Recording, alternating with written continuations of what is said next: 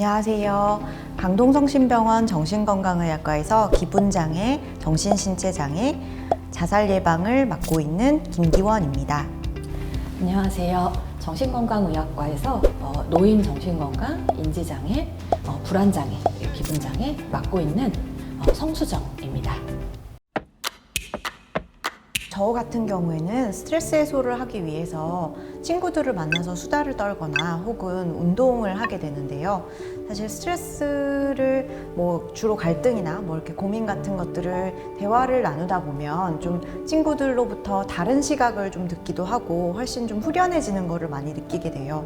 그리고 운동을 하다 보면 내가 굉장히 고민하고 나한테 되게 크게 힘들던 문제들도 별일이 아니구나 라는 생각을 운동 끝나고는 하게 되는 경우들이 많이 있어서요. 이런 방법들도 많이 도움이 되는 것 같습니다. 제 경우에는 이제 그런 뭔가 우울이나 불안이나 스트레스나 그 원인이 되는 감정에 따라서 좀 쓰는 방법이 다른 것 같습니다. 그냥 감정적인 피로가 쌓여서 지쳤을 때는 그냥 자고요. 기분이 좀 처질 때는 제가 여행을 좋아해서 여행 영상이나 풍경 영상 같은 걸 보면서 기분을 풀기도 하고요. 짜증이 나거나 화가 날 때는 제 감정을 이렇게 내가 어떤 거에 화가 났는지 글로 써보거나 아니면 가족들하고 이야기를 하면서 풀고 또 해결책을 찾아보기도 하고 그런 것 같습니다. 사람은 누구나 좀 우울증에 걸릴 수 있습니다. 그래서 정신건강의학과 전문이라고 해서라기보다 그냥 일반인과 같은 정도로 사실상 개인의 특성에 따라서 어떤 상황에 따라서 우울증을 경험할 수 있다고 생각하는데요. 정신과 전문의로서 많이 우울하거나 불안한 분들을 많이 만나다 보니까 그분들의 감정이 많이 이입되어서 또 우울하거나 불안할 수도 있겠다라는 생각을 하시기도 하는데, 그걸 잘 해결하기 위해서 또 같은 직업을 가지고 있는 분들과 만나서 케이스 컨퍼런스를 하기도 하고, 또 일반적인 보고에 의하면 어떤 경우에는 정신과 전문의들 사이에서 더 자살이 많다고 얘기가 되는 보고들도 있는데요. 그렇다 보니 더 관리가 필요할 수도 있겠습니다. 그래서 우울증이란 거는 어떤 직업에는 오지 않고 재산이 많으면 오지 않고 어떤 성격이면 절대 오지 않는다 이런 건 없거든요. 우울증은 누구에게나 어떤 사람에게나 다 올 수가 있습니다. 일반인과 다르게 정신과 의사에서 조금 더 위험한 부분이 있다고 한다면 김기원 교수님 말씀하신 것처럼 우울한 감정이란 다른 사람한테 옮기 마련이라서 환자분의 감정이, 부정적인 감정이 좀 옮아오는 경우가 있을 수 있을 것 같고요. 또 정신과 질환 중에서 만성적이고 잘 낫지 않는 오래가는 질환들이 있는데, 이런 경우에는 환자와 보호자의 괴로움을 이제 의사도 같이 지고 가게 되다 보니까 그런 부분들이 스트레스가 되기도 합니다. 진료실 안에서의 감정 컨트롤은 사실 굉장히 슬픈 이야기를 하거나 굉장히 안타까운 이야기를 하는 경우에는 좀 눈물이 맺히거나 안타까운 표정이 절로 지어질 때가 있는데요. 환자분들의 정서와 함께 가려고 합니다. 그래서 굳이 많이 억누르지는 않고 함께 공감하는 그 감정을 그대로 좀 톤 다운해서 좀 이렇게 표현을 해내는 편입니다. 그래도 좀 굉장히 좀 무섭거나 혹은 어려운 그런 감정이 들 때나 혹은 좀 싫은 감정이 들 때는 사실 그 감정이 내가 좀 더 과하게 느끼는 것은 아닌지, 그러니까 평상시 느낄 만한 어떤 감정보다 더 강하게 느껴지는 건 아닌지 한번 돌아보게 되고요. 나중에 진료실 밖에서 나의 굉장히 친한 분들이랑 같이 이야기를 나누면서 그 감정이 진짜 감정인지 아니면 좀 더 씌워진 어떤 것일지에 대해서도 좀 돌아보게 됩니다. 내과 약에 변비를 막는 약도 있고 설사를 막는 약도 있듯이 정신과 약에도 굉장히 다양한 작용을 하는 약들이 있습니다. 불안을 낮추고 잠을 자게 하는 졸리는 약도 있는 반면에 먹으면 잠이 깨고 집중력이 올라가는 약도 있습니다. 그래서 몸에 나쁘기만 한 약이라면 당연히 환자분들께 처방하지 않겠죠.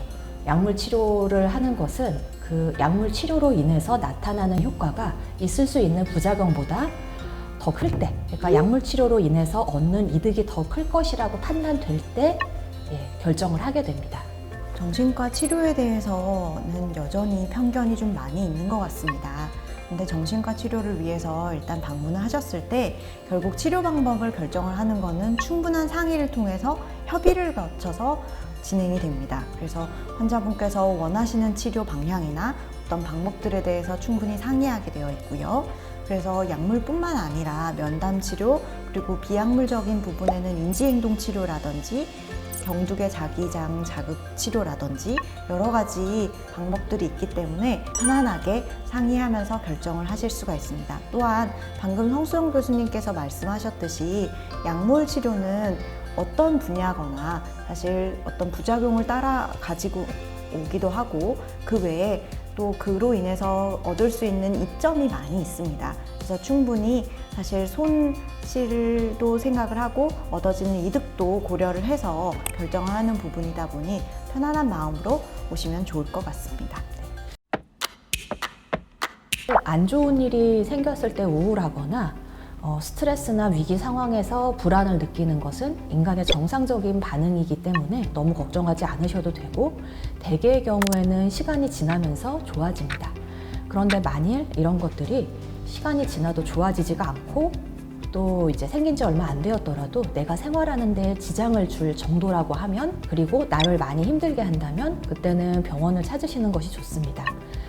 이제 일상생활에 지장을 줄 정도라는 것이 예를 들면 불면의 경우에는 밤에 잠이 잘 오지 않거나 자꾸 깨거나 깊이 못 자거나 해서 다음날 낮에 생활하는데 너무 졸려서 집중이 안 된다든지 너무 피곤하다든지 이런 식으로 영향을 줄 경우가 되겠고요. 불안의 경우에는 불안이 계속 지속되어서 다른 것에 집중을 하기 어렵다든지 불안으로 인한 신체 증상 때문에 내가 힘들거나 괴로울 정도라든지 그 정도의 기준을 생각하시면 될 것 같습니다. 말씀해 주신 것과 같은 경우에 더불어서 우울한 경우를 좀 구체적으로 살펴보겠는데요. 우리는 기분을 뚜렷하게 단어로 표현하는 데 익숙하지 않은 문화권에 있기도 해서요.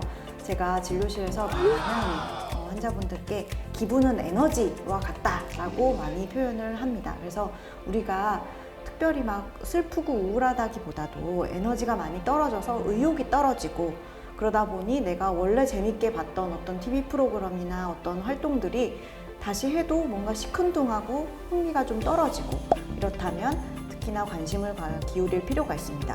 에너지 레벨이 떨어지다 보면 사실 집중을 하기가 어렵습니다. 나도 모르게 계속 깜빡깜빡하고 뭔가 빠뜨리고 물건을 잃어버리고 뭔가 기억력이 떨어지는 느낌이라면 그 또한 사실 상담을 통해서 문제를 찾아볼 수가 있습니다.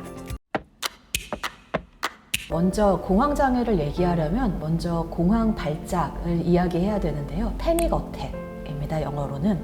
그래서 이 패닉 어택은 쉽게 설명드리자면 심한 불안이 갑자기 오는 것입니다. 그래서 불안할 만한 상황 때문에 오는 것이 아니라 다른 원인이 없는데 갑자기 굉장히 심한 불안이 오고 죽을 것 같고 내가 어떻게 될 것 같고 답답하거나 안절부절하기도 하고 쓰러질 것 같은 느낌이 들기도 합니다. 그래서 이런 것들이 한 번만 있으면 공황 발작이라고 하고요. 이런 공황 발작이 여러 번 반복되면 공황 장애라고 진단을 하게 됩니다.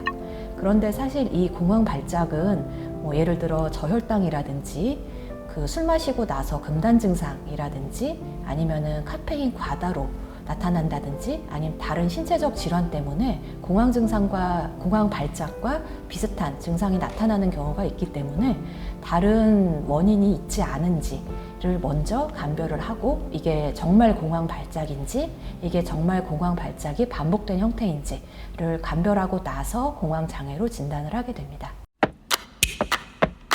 복지부에서 전국적으로 실시하는 정신건강 실태조사라는 게 있는데요.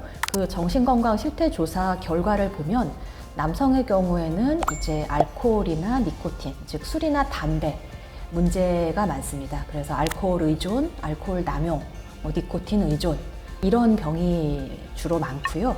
여성의 경우에는 특정 공포증, 즉 고소공포증이나 폐소공포증 같이 특정 상황에 대한 공포증, 그리고 우울증 이런 것들이 가장 흔하게 나옵니다. 실제로 진료실에 많이 오시는 경우는 이런 우울이나 불안, 불면, 또 인지기능 장애 이런 경우들이 주로 많이 오시는 것 같습니다. 요즘은 건망증이 심하다, 잠을 잘 못 잔다, 힘든 일을 겪은 후에 불안해서 가슴이 계속 두근거린다 이러한 원인으로도 정신과를 많이 찾아오세요. 그래서 정신과 약이 몸에 안 좋다? 뭐 이상한 사람만 정신과 병에 걸린다. 이러한 오해를 가지시지 않으시면 좋겠고요. 결국 내가 가진 문제를 해결하고 좀 더 잘 지낼 수 있게 하는 곳이니까 문제가 생긴다면 치료하러, 상담하러 오실 수 있으면 좋겠습니다. 정신과는 내외적으로 겪는 갈등에 대해서 정신과 의사와 함께 내가 더 행복한 길을 찾아가는 과정입니다. 그래서 부담을 가지지 않고 방문하셔서 함께 같이 문제를 해결해 보면 좋을 것 같습니다. 저희 진료실에서 만나요.